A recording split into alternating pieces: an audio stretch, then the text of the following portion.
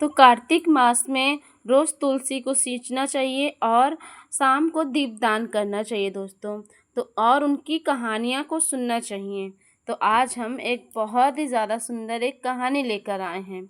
तो सबसे पहले अगर आप मेरे चैनल पर नए हैं तो चैनल को सब्सक्राइब कर दीजिएगा, और अगर कथा अच्छी लग जाए तो कथा और वीडियो को लाइक कर दीजिएगा। बहुत पुरानी बात है। किसी गांव में एक ब्राह्मण अपनी पत्नी और बहन के साथ रहता था। उसकी बहन बहुत ही धार्मिक थी और उसके आंगन में एक तुलसी का पौधा था, और उसकी बहन ने उसे प्रतिदिन तुलसी की पूजा नियम पूर्वक करती थी। सुबह शाम तुलसी की पूजा करती, दूध से सींचती और घी का दीपक लगाती थी। पर यह सब उसकी भाभी को बिल्कुल भी पसंद नहीं था। वो उससे हमेशा नाखुश रहती थी और कहती कि तेरी शादी में यह तुलसी का पौधा दहेज में दूंगी। और जब ननंद का विवाह होने लगा तब भाभी ने जो कहा था वही किया।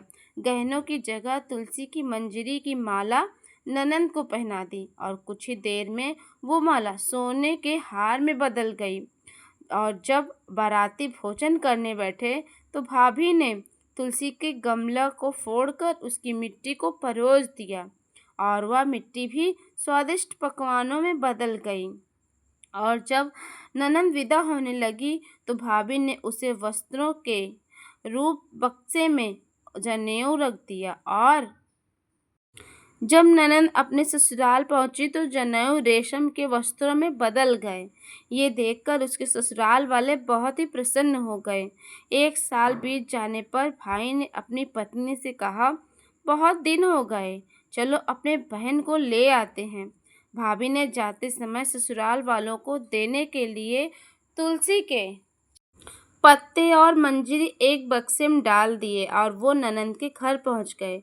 और जैसे ही उन्होंने बक्सा खोलकर देखा तो उसमें रेशमी वस्त्र और गहने निकले। यह सब देखकर ससुराल वाले उसके बहुत ही ज़्यादा खुश हो गए।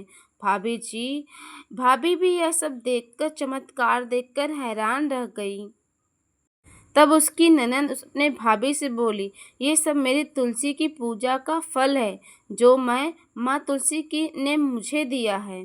यह सुनकर भाभी अपनी बेटी से बोली, तुम भी रोज तुलसी की पूजा करा करो। बेटी को श्रद्धा नहीं थी, वो बेमन से तुलसी माता की पूजा करने लगी।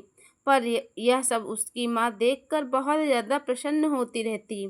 और जब बेटी विवाह के समय आया तो उसने जैसे अपनी ननंद को मंजरी की माला पहनाई थी, बेटी को भी पहना दी, और बारातियों को भी गमला फोड़कर उनकी थालियों में परोस दिया। पर ना तो मंजरी की माला सोने की हुई और ना ही फूटे हुए गमले के पकवानों में बदले। यह देखकर सभी बाराती भाभी की बुराई करने लगे। तब उसका पति बोला, मेरी बहन ने सच्ची श्रद्धा से तुलसी माता की पूजा की थी, इसलिए तुलसी माँ ने उसे अब उसका फल दिया है। पर तुमने तो अपनी बेटी से जबरदस्ती तुलसी माँ का पूजा करवाया है। तुम्हारे मन में लालच था, इसीलिए ससुराल में उसकी बेइज्जती हुई। तो ये थी तुलसी माता की बहुत ही ज़्यादा अच्छी कहानी। हे तुलसी माता, जैसे तुमने ननंद को पूजा का फल दिया वैसे ही सबको देना, पर भाभी की तरह सबको बेइज्जत मत करना। हे तुलसी मैया, सबकी रक्षा करना। कहानी सुनने वालों को और सुनाने वाले को जय तुलसी माता की।